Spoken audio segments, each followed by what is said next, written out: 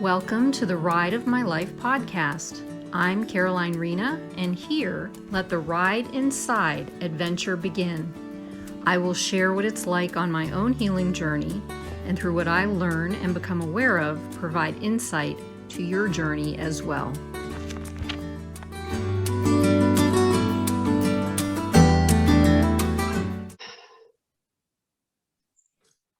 Hey everyone, I'm Caroline Rena, and welcome to the Ride of My Life podcast. And today's guest is Valerie Montgomery. Hey Valerie, how are you today? Hey Caroline, how are you? I'm good. I'm good. So we've already kind of started out with some really cool conversations. So I want to just jump right into this. So the first thing I'm going to do is actually introduce who Valerie is. And Valerie Montgomery, an MA, NCC, LPC, is the owner of Beyond Beautiful Pathways, LLC, and counselor at Beyond Beautiful PLLC. Okay, Valerie is a women-centric holistic guide, a neurotypical partner advocate, a course creator, author, poet, and speaker. And Valerie integrates her own healing journey, training in psychotherapy, and her experience to support a woman's true self through her Beyond Beautiful process and journey. Did I get all that right? That's right. Yay. Welcome, Valerie. And you have like a lot in common with me, which is one of the reasons why I wanted to get connected with you, in that the poetry, I love how the human mind works, you know, that type of thing, and counseling and all that. And yeah, so I'm just excited you're here. And may stumble over a few of my own words, but that's okay. That's how it works around here now. I'm beginning to see. So let's just get started. You want to just jump in? Yes. Thank you for having me too, I wanted to say. Say again? Thank you for having me. Oh, absolutely. I'm so excited. Okay. All right. So the work that you do, I would really love for you to explain to everybody what it is that you do, and yeah, just go. You know, I was thinking of I always get inspiration. I'm a creative person. I wanted to be an artist in first grade. Mm-hmm. It was my favorite subject, and so I feel like I'm always creating, and sometimes I feel like what I said yesterday, well, let me just tweak that a little bit. So like this morning I was thinking, oh, I kind of feel like I'm a holistic guide. You know, I'm a developmental emotional guide. And it's not the type of emotion when most people think about emotion. Most people think about behavior. Mm-hmm. Because emotion can drive behavior, but there's a split second between the emotion and the behavior in which we can take a breath and learn the information that the emotion is trying to share with us. Yes. So I'm like an emotional guide, and some might say emotional surgeon. Ooh, I like that. Like an emotional heart surgeon, or an emotional surgeon. So our body, and this is what I think you and I have in common besides a lot of other things, but like one thing I want to point out is that you have training in body work, right? Mm-hmm. And I believe our emotions are held in the body. Yes, absolutely. Yeah. And that's that's so important, which is why I connect with so many different people on so many different levels, because I know personally how the mind and the body work together. And that's how I've done my own healing work, over 30 years worth of it. But it started out with the mind when I was little, and led into a recognition of how the body needs to heal in order for the mind to even heal, because it's all, well, it works together.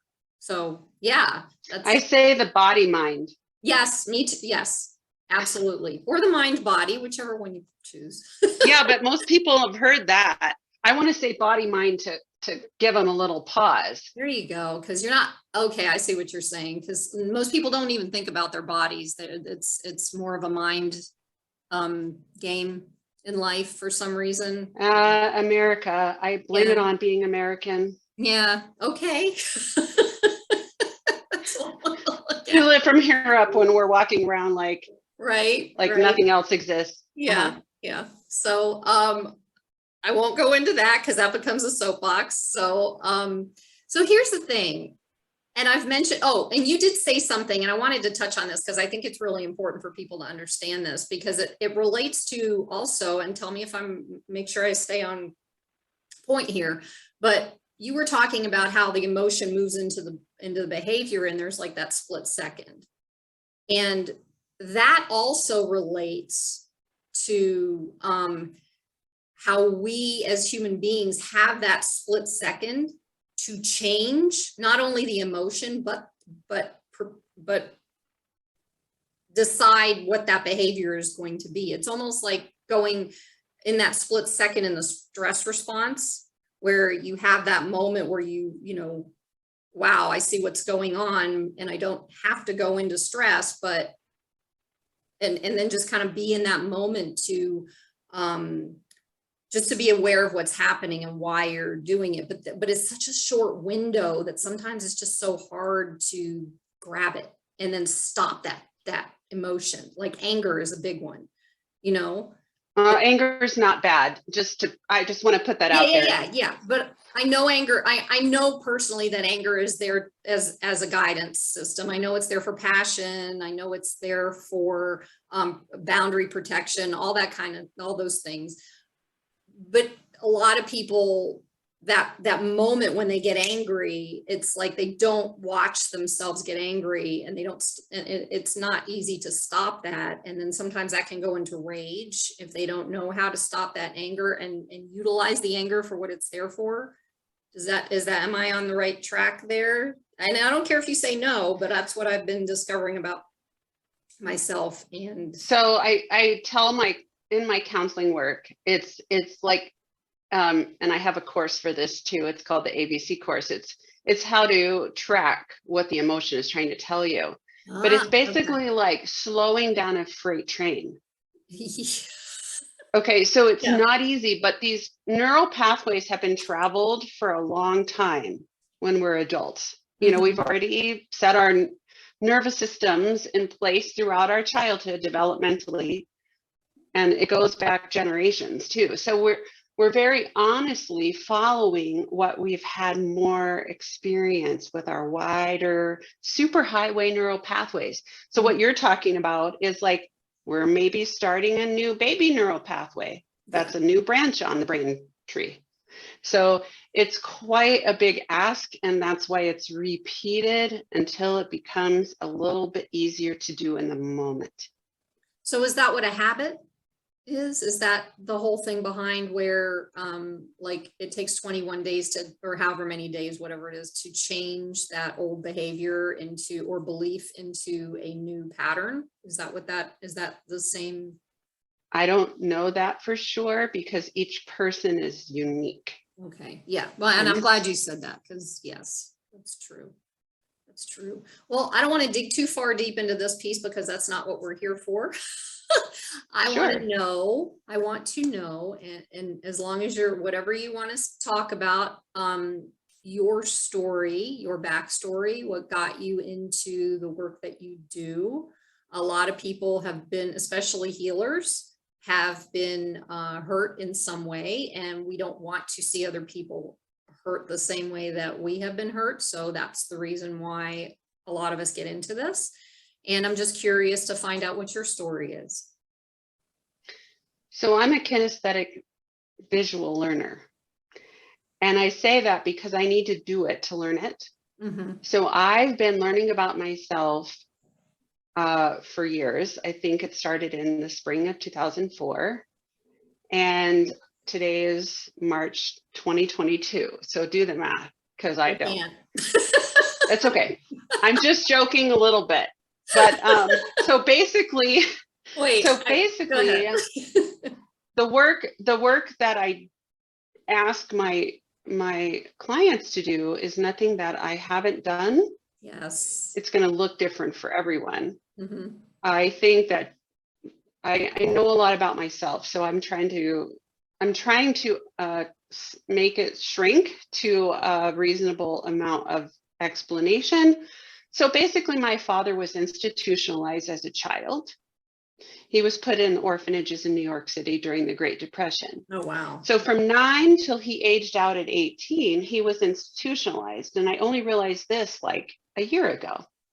So if you think about an institutionalized father, Mm-hmm. whose father died when he was 5, Wow.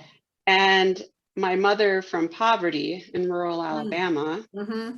both educators, and they're both trained teachers in public education. My mother was first grade, my father was junior high PE and coach and acrobat. He was a gymnast.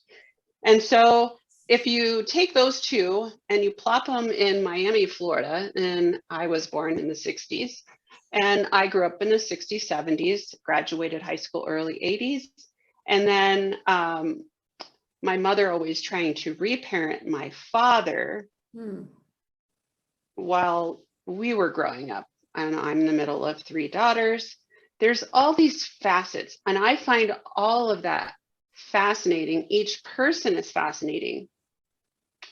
And what I learned about emotions is don't have them. Mm-hmm. Don't have them, logic rules, and pray away everything else. So evangelical background. Oh, wow. Okay. In Miami, which wasn't normal, but my parents, you see, filtered everything that I was receiving. And I decided to take care of my mother's emotions Mm-hmm. really early, Mm-hmm. really early. Mm-hmm. So I just did life the way I was trained because I thought they had it all together, right? And I followed the path that they set me on until my early 40s when I had a worldview collapse, is what I call it. Mm-hmm. A worldview collapse that came as a result of, I needed to get divorced to preserve my life. And so here I am in my 40s and I don't know what's true. And so then I go to graduate school for counseling. Yay. After 2 years Find of out. my own 12-step type of group. Yeah. And I go to counseling and we work on each other as part of our counseling. Mm-hmm. And then I get counseling and then I practicing counseling and I love counseling. And so that's it in a nutshell. Wow. Yeah, now I get the whole similarity between where we come in at the same type of energy level, because the stuff that you went through with your parents. Now, my father was actually, he had his stuff, birth trauma, and my mother, and I'm noticing this with a lot of people I'm talking to, this mother wound thing, was having to be their narcissism or their wounding, and how it affects us as children from before we're even born on up, and could last a lifetime.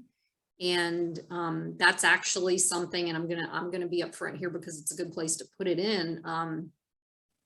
I've been doing grief work. I mean, deep grief work around my mother. Oddly enough, I didn't think it was still there, until I recognized something in a situation that I was in formerly that caused me, or that I started to see the similarities, and I'm like, oh, this is happening, and it reminds me of this, and this is, and so when I say deep grieving, and I think it's so important to grieve, that the depth of this grief went down into my cells, literally. I mean, it was like every day for the last 11 days, and I think I'm still doing it. I would just roll over and start crying and just doing that wailing and gnashing of teeth, just getting it out of me, because I just don't want it in there anymore. But it's so deep because it's for me, and it sounds like, that similarity with the mother wound, and with a lot of people, most people probably have a mother wound. I mean, I'm not an expert at that, but I have my own experience with it. And it's so for a lot of people, it's hard because it's shaming. It's shameful. I mean, there's a lot of shame wrapped around that for some reason. Can I talk about that for a second? Yes, absolutely. Okay, so shame gets a bad rap, just like anger gets a bad rap. I'm going to tell you there's two kinds of shame. Okay. There's the basic shame, that's healthy shame. It's like a light form of embarrassment. Like, Yes. I want to change clothes over here behind a door. Yeah. There's toxic shame that says I don't deserve to exist. Yes. Now, and so I want, because a lot of people don't differentiate those two, even some other therapists. Yeah. So I want to just say that is a difference Yeah, in 100%. my experience and training. Yeah. So. And thank you for saying that, because people need to understand that, you know, that mother wound is the one that causes the toxic shame, not the embarrassment shame. It is different because it's so deep, right? Isn't that how that? I mean, any deep wound, not just the mother wound. Well, yeah. I mean, I'm just saying from my story, from what I just shared with you, from that. Well, but I could talk about my prenatal, perinatal trauma, and you know, so yes. There we go. We could have this long discussion, but I want you to guide this conversation. So I'm going to turn it back over to you. Okay. All right. Perfect. Well, I mean, any kind of information that leads to, because that's the whole point behind why you're here, is that I want people to see that there's a different way of learning how to recognize these pieces in ourselves. And it's not just going to and I don't have anything, it's just based off of my own experience, but, and I'm gonna do this. I have been to therapists where literally they will sit there like this the whole time, not even looking at me, not even connecting with me, not sharing their stories with me, because that's where the connection to me comes in. And it's just so clinical that I never felt comfortable being in that situation. And that's what I saw something different with you when we started talking. And now, especially, you're sharing, you know, your feelings on that. And what is neat, it's, thank goodness this is starting to not be the main theme behind therapy. Their therapy, I think, is actually evolving because of everything that's been going on in the world, and people starting, even therapists, some therapists starting to see their own stuff that they need to be working through, you know. And it's so important that we have therapists that understand that and work through it. One example, I've been reading a book called, do you know who Pete Walker is? Have you ever heard of Pete Walker? He's in California. It's Homesteading in the Eye of the Storm. That's his autobiography, the one about himself, autobiography, I think, or biography, I can't remember. And he was traumatized very badly as a child, and he went through all that. He co-counseling and co-therapy and teaches, and I just read something last night how he got so frustrated with therapists who just preach, basically, or just sit there and not do anything instead of connect. And I think that's important for the connection, so people can feel like they have some sort of recognition that they're even in the world, you know. And you're going to therapy to feel that connection. I think that's the way I did it. So I'm just curious what you have. If I said this, do you understand what I'm saying? It's like, you mean you want me to make, okay, so comment. I believe that comment. So I think that every person needs the right fit therapist for them. Yes. And I use the term counselor because I have my degree is in counseling, my license is in counseling. I'm a member of the American Counseling Association, but a lot of people don't understand the word counseling, but there's a definition. But it's basically a holistic strength-based model. Mm-hmm. So it's not a psychologist that looks, you know, I can diagnose, but I don't anymore. But because I'm private pay now, I don't, anyway. Yeah, no, I know. So I work with women because I understand and their core value of relationship. Mm-hmm. There are types of psychotherapy that are let me just be in like the room, and it's different from the relational type you're talking about. Yes. And so so there's different types of training programs, and not every training program for master's level counselor does the piece about your own work. Now, I like to coach people who are looking for a counselor to, if they're interested in someone who's operating from a body, whole person perspective, or just the clinical knowledge place, they need to find out if their counselor's ever been to counseling. Thank you. Okay. Yes. Yes. I love it. I want to do that too. Wait, do you understand what it's like to be on my side of the room? Exactly. Or my side of the couch, or my side of the virtual setting? Exactly. Do you understand? And I still get my own counseling. Mm-hmm. And I started my healing journey before I became a counselor, even though I had my bachelor's from earlier in my life, in social work, by the way. So social work is a systems model, and so is marriage and family therapy.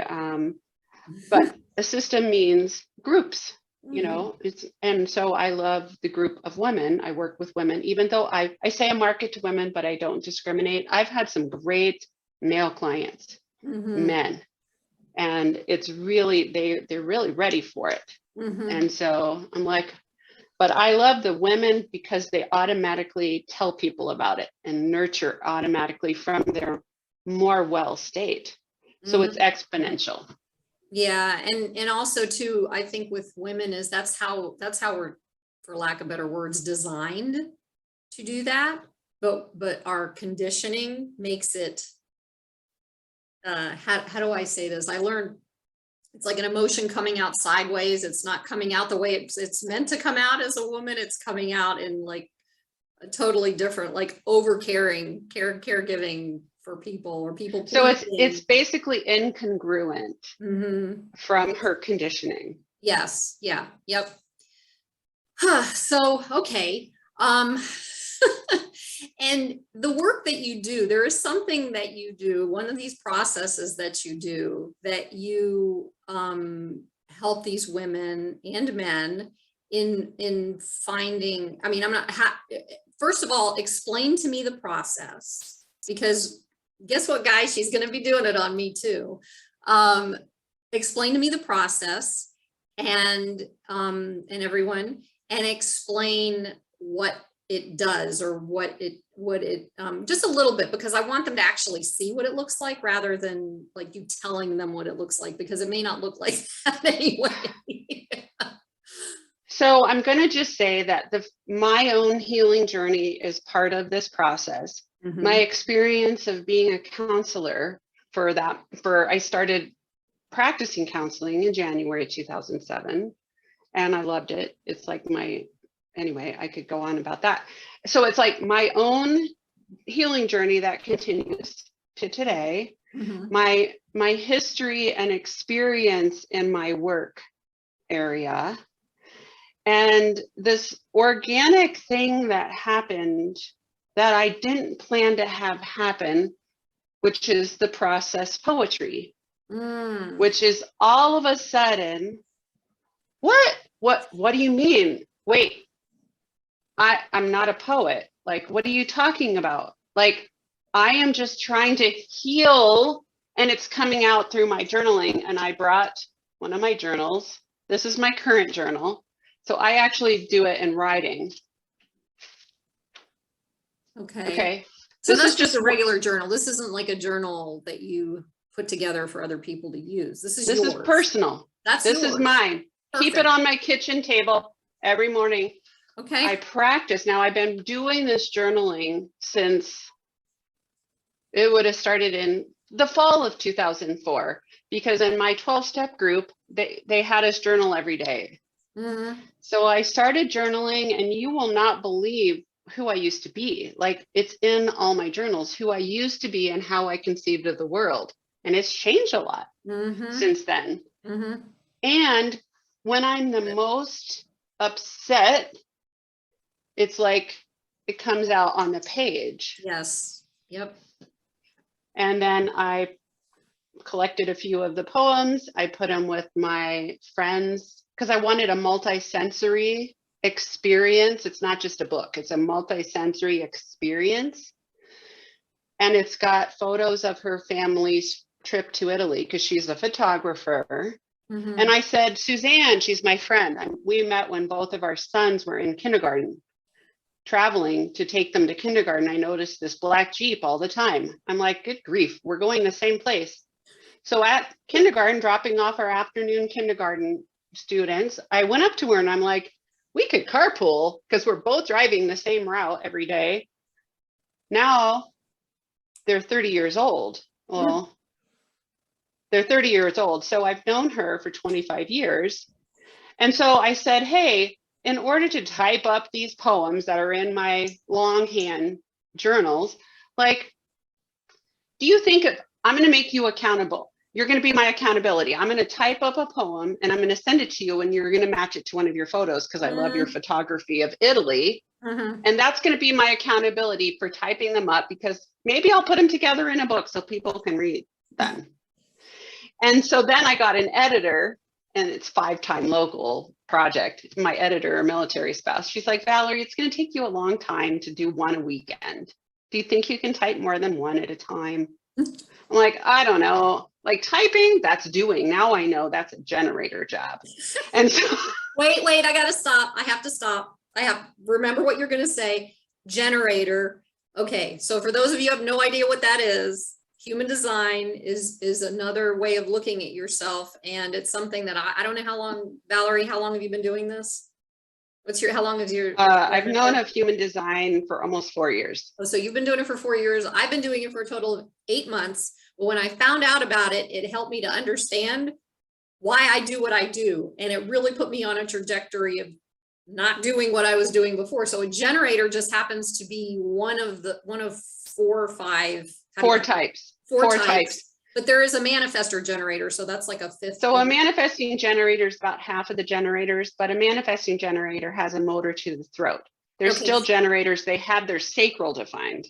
So now nobody's going to know. The people who watch this are not going to have a clue what this is. So if you have any interest in this to change your life at all, I would suggest that you go ahead and look up human design and find out what you just walk through a process and you find out what you are, and you might actually surprise yourself. So just saying. Anyway, just wanted to throw that in there because not everybody knows what that is. So finish your story. Thank you. Good. Yes. Well, I don't know. Where was I? Oh, and then so I eventually, so the book. So I eventually published a book, and then I had to keep track of sales tax. And for the state and city. And I'd forget to do it and I would get a fine. And I decided I'm not selling it anymore, but I'm giving it away, my book. I still have probably like 90 copies because I printed them and paid for them myself. And so I give them away sometimes when I want to, when I feel like myself says to do it. And also some people, I might do a special offer for the people who listen to this podcast because I do have an online course with process poetry, using language to discover your true self. Nice. Okay. I'm writing that down. Holding. That's the name of the course. Yep. It's been up since 2019, but I'm not good at marketing. And that's because she's what, a projector? I'm a self-projected projector. Yep. Self-projected projector, which is exactly what I am, but that turns out to be one of our things that we're not really good at. So anyway, this is really interesting. The reason, and here's the other reason why I was so intrigued is because I do write poetry, and I do have enough to put into 2 books right now, and I am not doing it because I don't know why. But that's a whole nother story. That's a whole nother thing to work through. Maybe when I get through all the grief and everything, I'll figure that out. But I want you to go ahead like you wanted to. And why don't we do this process using language to discover your true self? So the process poetry within that, correct? That's in that course, right? Yeah. So the process poetry course is 6 units and 13 materials, and it's a combination of what I've been through and what I've helped my clients go through. Nice. Okay. And it's up for people. Yeah, it's up for people to take the course. It's like me, but it's in a setting that's outside of my one-on-one work. Nice. Okay. All right. And we could probably talk, or we could share a little bit more about that, but why don't we jump into doing the process poetry? You had asked me if I would put up a piece of paper or something. Now, here's the thing. I want to just say that so it's not really about the product, right? So it's not about the product. It's not about what actually exists on the page. It's and after we do this, I'd like to share one of my poems in my book. I do have my book with me. Oh, nice. Okay. Okay. And it's hard to see on Zoom, but I was just thinking I never read it because, it's a gift to the world and I don't have to revisit it. But I thought for this, it might be useful because some of my colleagues have bought a copy to use for grief work with their clients. Oh, okay. Wow. Yeah, that's a facet I did. So what you end up, I'd like you to share if you don't mind, but we don't need to see it because we're going to experience your experience of it. So you don't want to see the written part of it. You don't want to see it. Oh, I thought you wanted me to put it on and share it. Uh-oh. Okay. I just want you to do it and then you can tell us if you want to. Oh, I don't mind sharing it.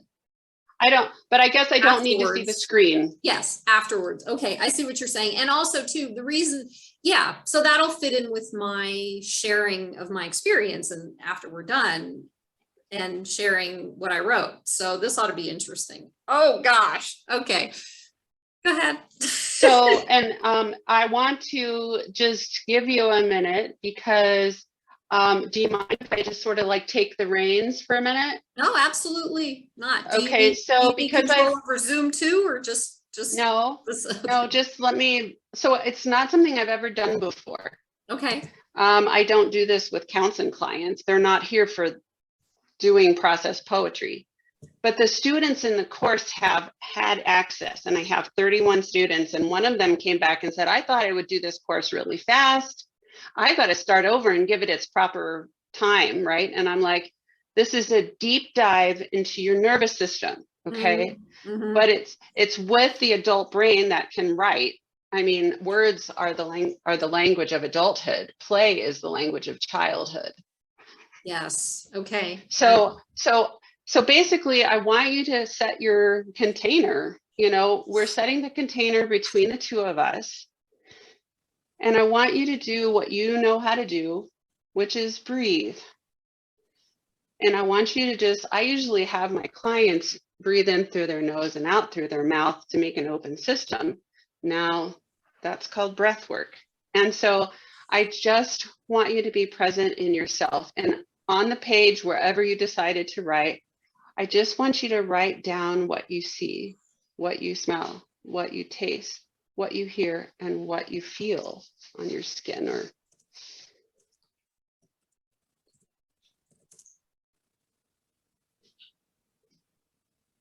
and just sort of experience your now. It's you experiencing your now.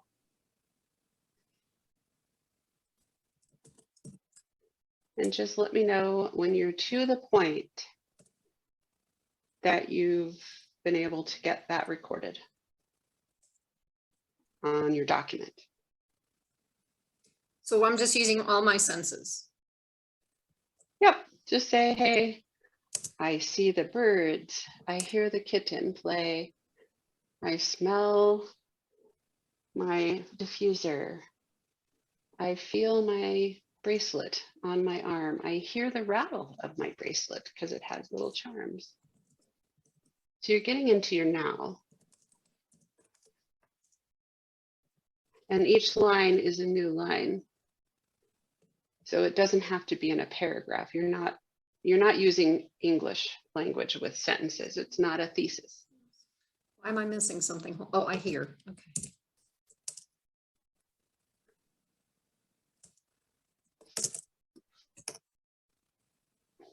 Five senses. And then you take a couple of spaces down and you start noticing any tension in your body. And you just write a line at a time of what you feel in your body.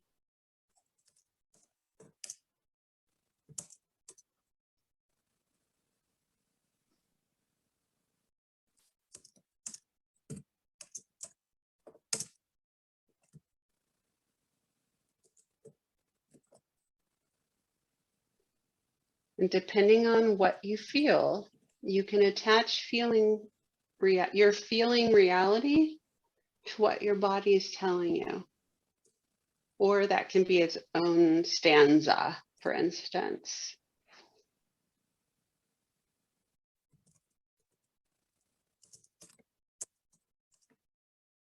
Make sure you're still breathing.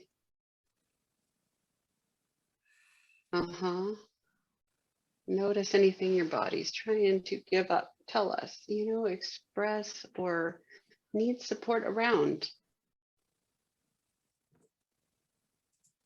Can I go to a third? Please, stanza? Okay. Keep going. You do what you feel is right for you.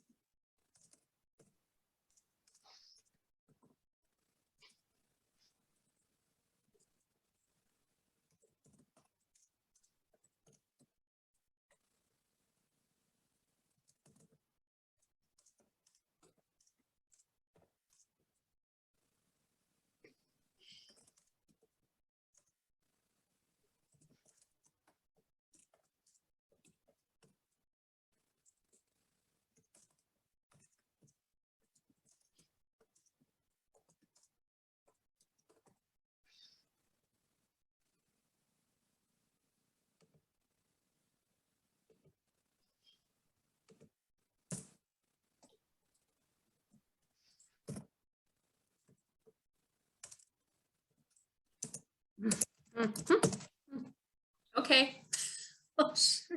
So take a minute. I'm going to talk for a second while you take a minute. We're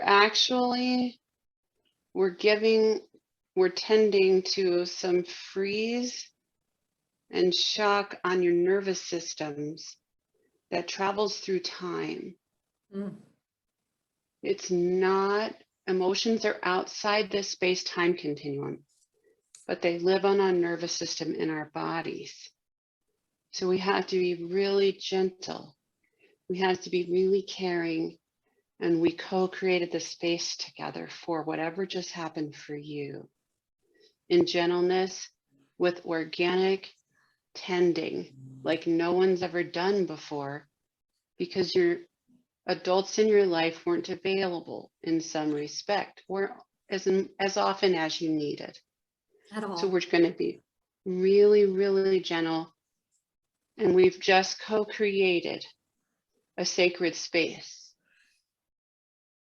You feel it? Mm-hmm. Because of the work that I know that you've been doing and that I know you're capable of, and your training, I thought this might be okay for you today. And I hope that's the case. Yeah, it is. Because I've never done this before. Really? No. Wow. People in the course do it in their own space, on their own time, with my support and guidance. But I've never been with them while they do it. Well, this is very powerful with you being here, because there's like a support energy.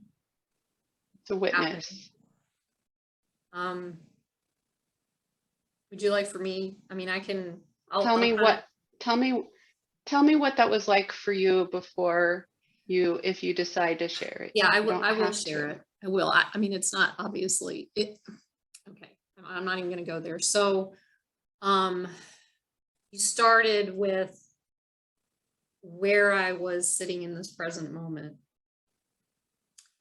which brought up obviously what's just in the present moment, including me. And then you brought me into my body, which started feeling tension.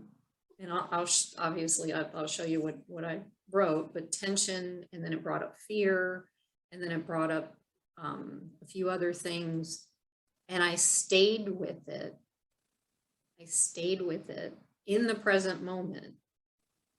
And one of the things that I always tell myself is to just sit with it, sit with the feeling, sit with the pain, sit with the emotional wave, whatever's going through, breathing through it, and then bringing out what was happening for me through those feelings in my body. And then as I was sitting with it, watching them shift, and then being able to express what that shift felt like, until I got to, I mean, I don't know if I'm fully, I think I am fully there. I think this is more of a recognition tears that I'm having, but it's like finally coming to peace within myself. So. And what are you feeling in your body right now?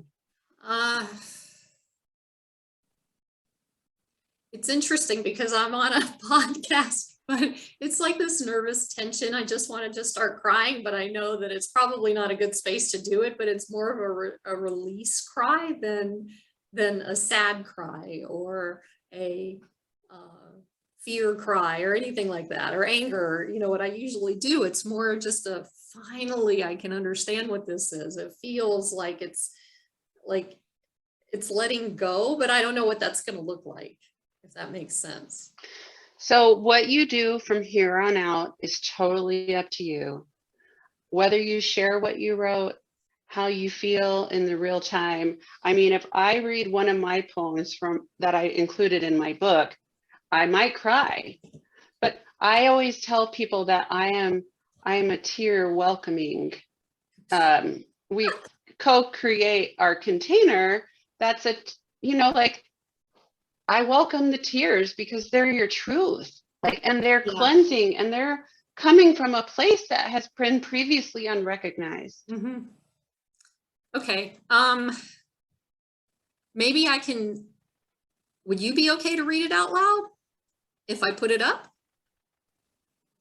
Yeah, I can do that. All right, because I'll cry anyway, but I don't want to cry and not be able for anybody to hear what I'm saying. Okay. So let me figure out how I'm going to get this up. Here we go. All right, guys, get ready.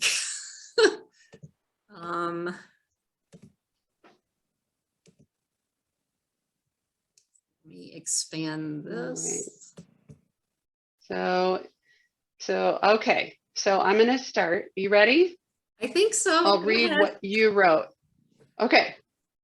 I see light. I taste sweetness. I feel coolness.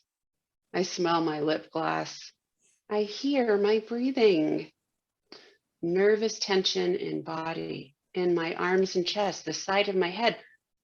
Fear. Sadness. Missing something. I don't know what. Scared. I don't know what is coming. I just realized what left. I feel the fear choking me, my throat closing. Staying present with my throat. Learning to love myself through it. I don't know what I'm doing, and I do. I've always known. Here I am in front of the world, presenting the fear, knowing that it will subside, but not yet. I wait. I breathe. A tear pulling from one of my eyes, pulling me into my future and unknown. And I am okay. I am here. I am present. Present to love me. Present to know who I am. To know what is happening inside. To shift the fear into something beautiful. Presence, peace.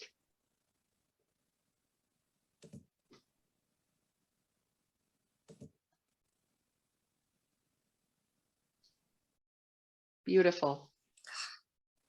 Thank you.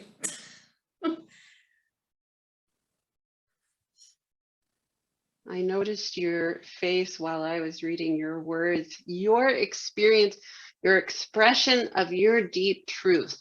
That's what it is. It's a beautiful thing. It's sacred. Mm-hmm. It's holy.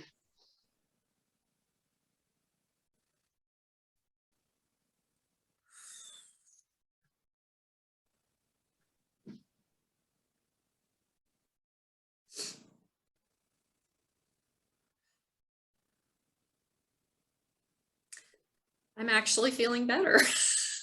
I'm still allowing it to come through the tears. It's a, you know, it's a deep honoring of yourself, of your truth, of what's been held in your body for, a long time. And yeah. in my one-on-one work, we would look at that and set it in a context, but we don't need to do that because you know the context. Mm-hmm. And the process poetry is its own gateway. Yeah. Yeah. And that, I'm glad you said gateway, because what I've always found was that when I do this work on myself, and I've never done anything like this before, because it hits me right in who I am. I'm a writer, I do poetry, I'm in this space. I also have been doing my healing work for a long time, and it just hits me right who I am. And the experience of that gateway of being able to just open that door and walk through it. That's huge. And stay with it. I've never been able to do that before and walk through it. Today? Yeah, ever. This was the first time?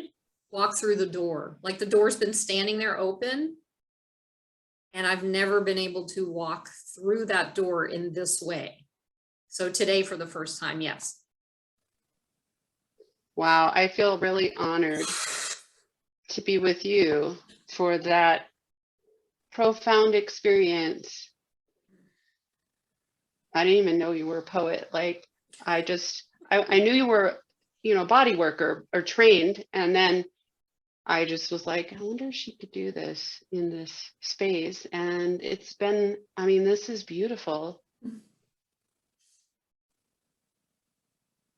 So can I tell you about how my book came to be real quick? Absolutely. Go ahead. I would do speaking events to get in the community so more people would know about my counseling practice. Like, how did I start and grow a counseling practice?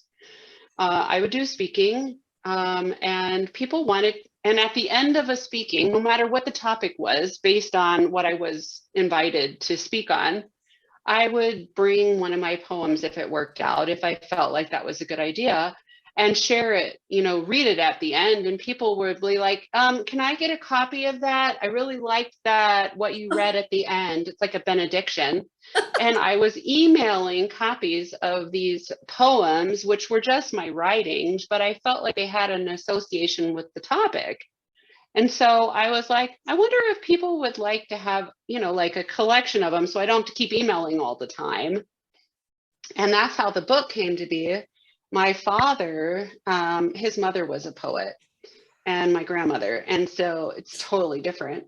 But before my dad died, he got to read some of my poems because I asked him for help publishing. Like, I paid for the publishing, like a local publisher, a local graphic designer for the book cover, the military spouse, myself and my friend. And a book came to be in 2011. My father died before it was actually printed. But I dedicated it to him and my aunt, who were both put into orphanages when they were children, because I work with inner child healing and now epigenetic healing, which is generations of trauma. So the book is a love letter to the world. And it really, my editor decided, a military spouse, let's put all of the most cathartic ones at the front of the book. And then if someone reads it from front to back, by the end, they'll be like, oh, this is what, hope is. And every time that you experience what you just experienced today, every time in my one-on-one work, clients say, I feel better. Okay. That's because you release some of that shock and freeze on your nervous system from whatever happened in your history or in the history of your ancestors. I mean, they've traced it back 14 generations, but that's only science. So spiritually, you might understand this. I didn't share this piece with you, but you may understand and be able to explain what it is like, and it happens to me a lot when I release something, when I release that energy, I can like feel waves of, I have no idea what, going through around my body. And it just feels like this something, I don't know if it's the letting go. It feels like just water, real soothing water waves, just kind of, that's what I feel. You're healing generational trauma.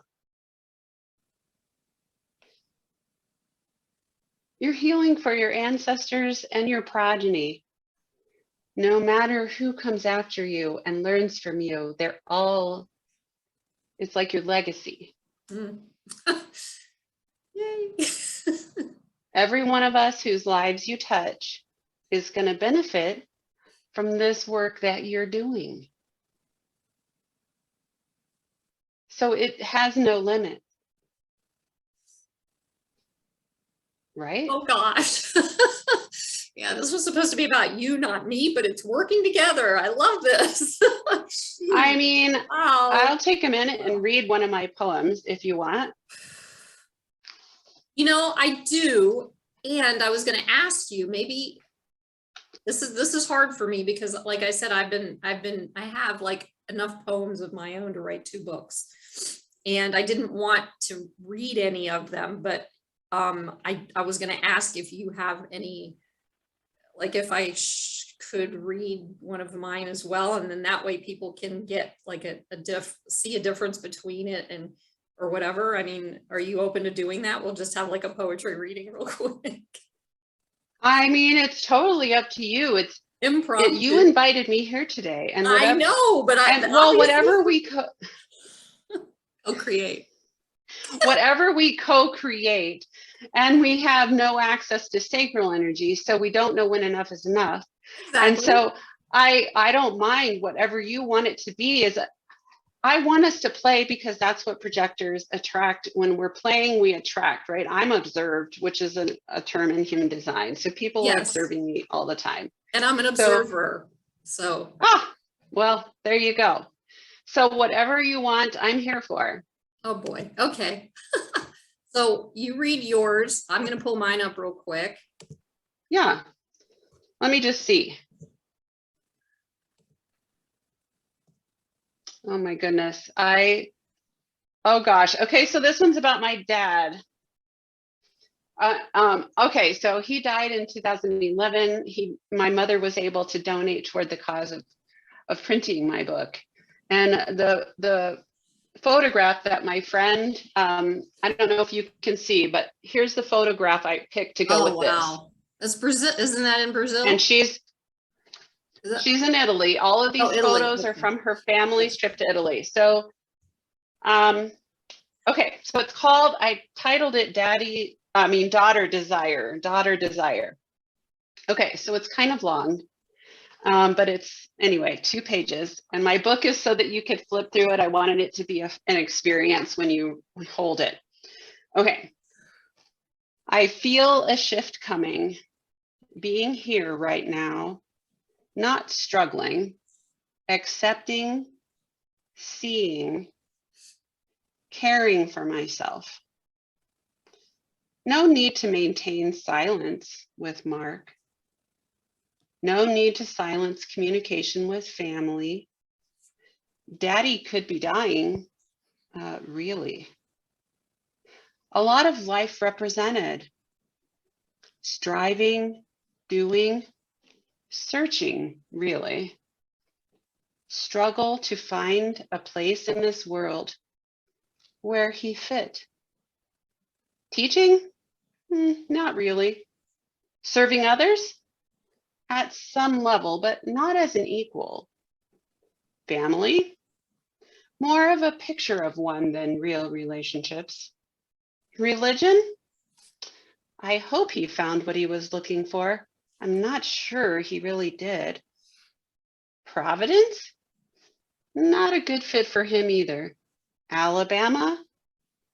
Please. Gardening? Maybe. Burning trash? Yes, that fit. Always a bit removed from people. Sad, really. He acted like he was close, warm with people. He spoke of them with affection, just not usually those who were nearby. Anorexic? Sure, emotionally unavailable. Handsome, dashing, personable, with a sense of distance. What did I want and need in a father? Warmth for me. See me, Daddy. Celebrate me, your little girl. Participate in my life. My friends, maybe I would have had some. My activities, well, I think I could have enjoyed some. Tumbling, gymnastics. You supported that at home in the front yard, but you never celebrated me in it. I remember you showing others how you could tumble. I always felt you had something I could do better, just behind your thoughts. I almost made your level. I always felt not quite good enough. Like there was always a criticism coming or an improvement to make. Like, if I could just do it a bit better, you would be proud. Notice me, your little girl. Notice who I am, all the beauty I possess, just in who I was, am. Character traits. I'm articulate, intelligent, honoring of others, enthusiastic, vivacious, friendly, demonstrative, empowering, celebratory, welcoming, bold, quick, genuine, and more Can you see those things? Do you agree? I can see those things about me. You might have seen them, but just didn't tell me. I'm a leader, Daddy. Who would have thought? Strong, courageous, proud and humble, a visionary, and a tractor. I'm more myself than ever, Daddy. Don't go away now. Celebrate with me. Celebrate me. I'm very beautiful, with a warm heart, open and kind. I wish you could see that. Postscript. Nicholas William Bringus, one of two little children to whom this book is dedicated, May 28, 1929 to August 17th, 2011. Thank you for telling me you are proud of me and for liking my curly hair. Rest, Daddy.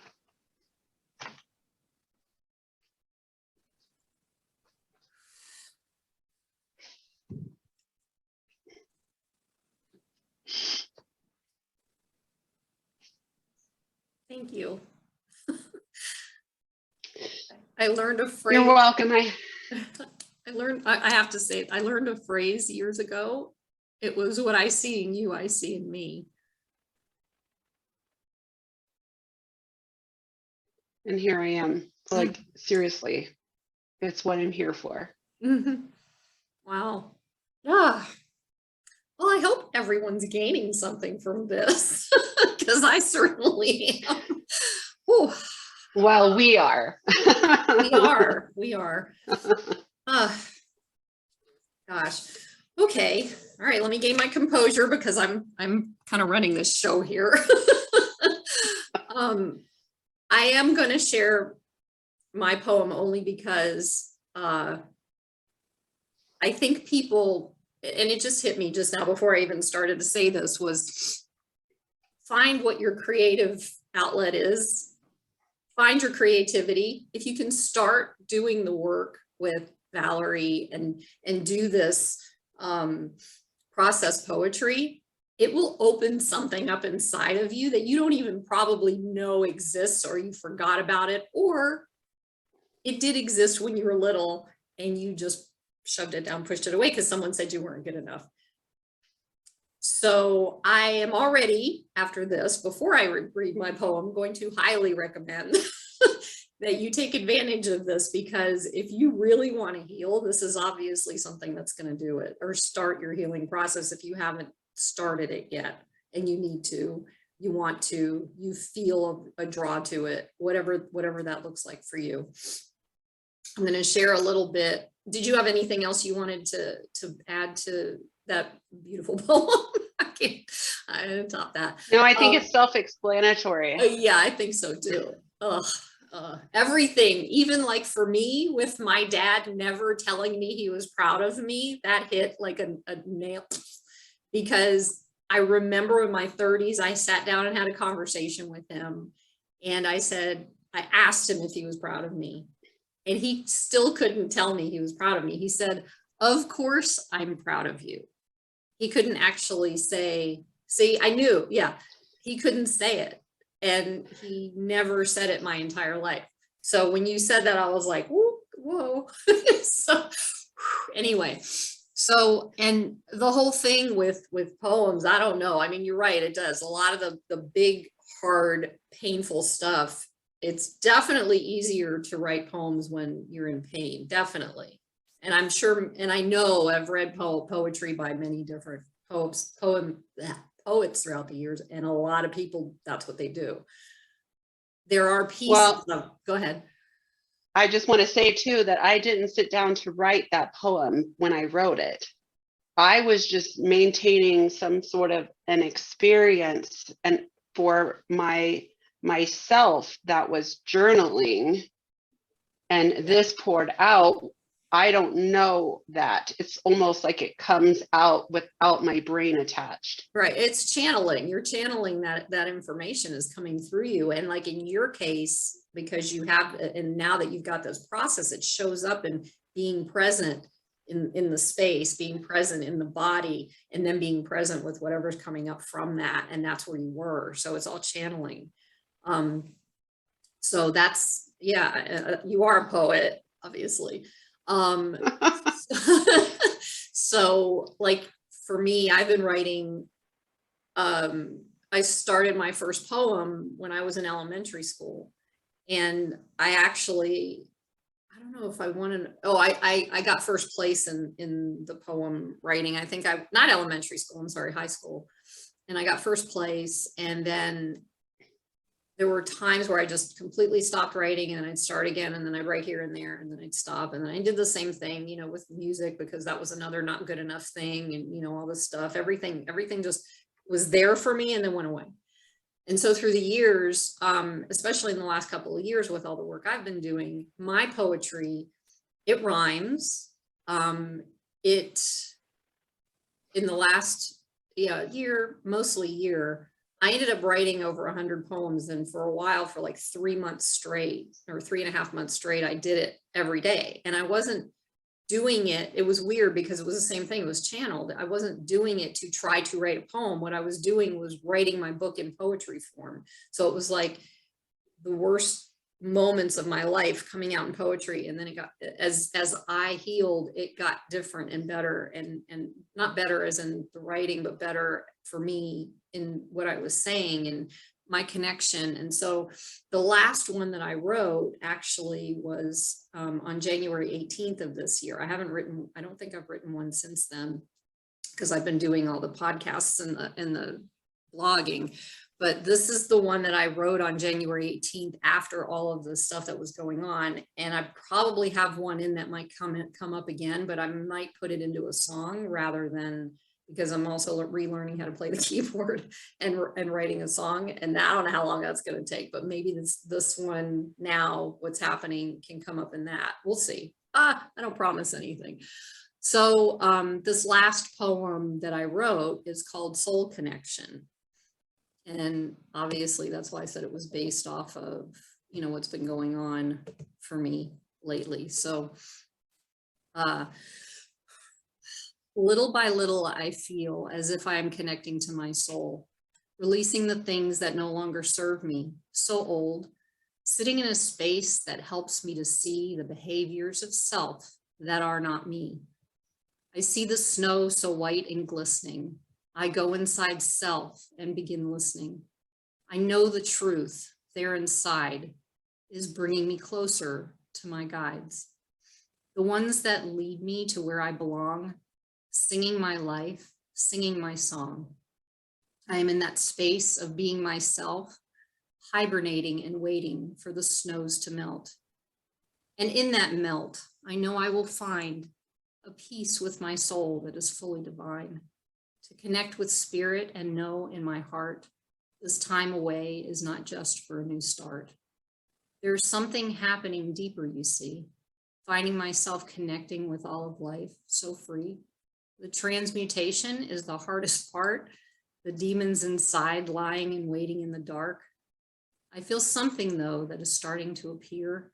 It's something different, where there is no fear. This union with spirit that scared me so was something I really didn't know.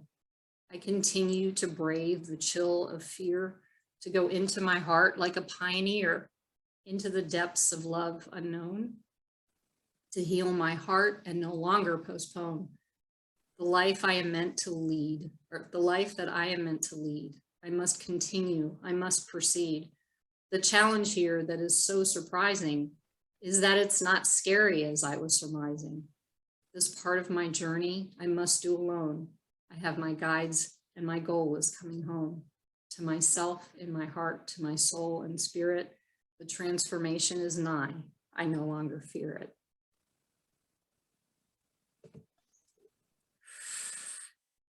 I love it.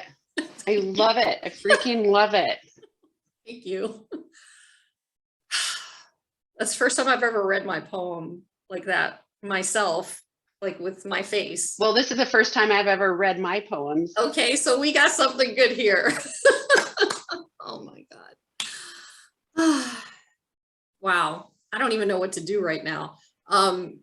yes, as projectors, we could be here for another 4 hours, but I don't think everybody else has that much time. So really, I don't know what to say. I want people to see what you do. So I want you to let people know how they can get a hold of you so you can walk them through this process, this amazing process you have, and share your gifts and your course and let them recognize you. So I'm on Instagram, Beyond Beautiful Pathways, and I have a link tree on there. People in Colorado can look at that, which is more of the counseling side. But anybody else would be looking at all the things that I have up. I think I'm on a lot of social media channels, but I've been doing that for a long time. The process poetry course is up on my beyondbeautifulpathways.com website. I have another course brewing called the ABCs, how to find out where your emotion comes from and what it actually means, basically. Yeah. And then I'm putting together a course for neurotypical partners too. So neurotypical partners of those who are more neurodiverse, ADHD, autism, sensory processing, executive dysfunction, like people who are in long-term relationships with those who have more neurodiversity. And so can you explain what neurotypical is? Because I don't know if everybody knows what yeah. neurotypical is. So neurotypical are the people in the population who can sit still in classrooms growing up and do the work according to how it's taught. So not the Tom Sawyers of the world. Right. Okay. Right. Exactly. Yeah. But neurotypical partners who are in long-term primary relationships with those who have neurodiverse traits. So the neurodiverse traits are the ones that you explain, like the autistic and the other things. So I work with the partners, the more neurotypical people. Gotcha. Because Okay. that's also another part of my experience. Gotcha.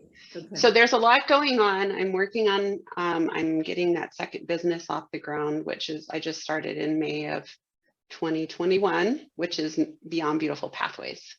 That's amazing. Oh my God. You know what? A mutual friend of ours, before Valerie even knew that, probably, I mean, we touched each other in Facebook groups here and there. And then this mutual friend of ours told me about her, and I don't think I was ready to meet up with her yet. And I don't know if she mentioned me to you as well, but I don't think so. This would be Andrea. Mm-hmm. Hi, Andrea. Right. And so I knew that there was something there. And I just, as I processed my way to the point where I did reach out to you, it was like, oh my God, apparently you've been sitting there waiting for me. And I've been waiting for you to meet today and do this. And I don't know what's going to happen with this. It doesn't matter. I hope you guys absolutely thoroughly enjoyed this. Hashtag projector synergy. Yes, hashtag projector synergy. I hope you guys enjoyed this. And I will have links up on my YouTube channel from this interview. And I'll have links up also on Anchor podcasting, which also shoots out to Spotify. I'm still learning how to do all this stuff. So you'll be able to find her through those links. And I think that should do it. I don't know what else to say, except we have like hours. What a pleasure. Oh, what a pleasure. Thank you. How much fun was this, huh? I told you, stay organic, stay organic, stay organic. Yeah. And is there anything else that you want to share or? Well, I want to give a disclaimer. If people are observing us in this what just happened, they might need to anchor themselves in their safety. Safe place, water, tissues, maybe something to write with, and an application that they appreciate the most. Maybe a solid, a pet, a person that's safe, just because this might also get into their nervous systems Yeah. and Yeah, that's a good activate idea. something. Okay, and I'm going to just say while we're on here, if you could send me that information, and I'll also post that at the very beginning or in the writing. So before people watch it, they have that little disclaimer so they know. Yeah. Okay. Yeah. So, all right, everyone, thank you so much for being here and experiencing this with us. And I'm so grateful for Valerie and you guys for being here and witnessing. And I don't know what else to say. So I'm going to say, have a beautiful moment wherever you are. Thank you.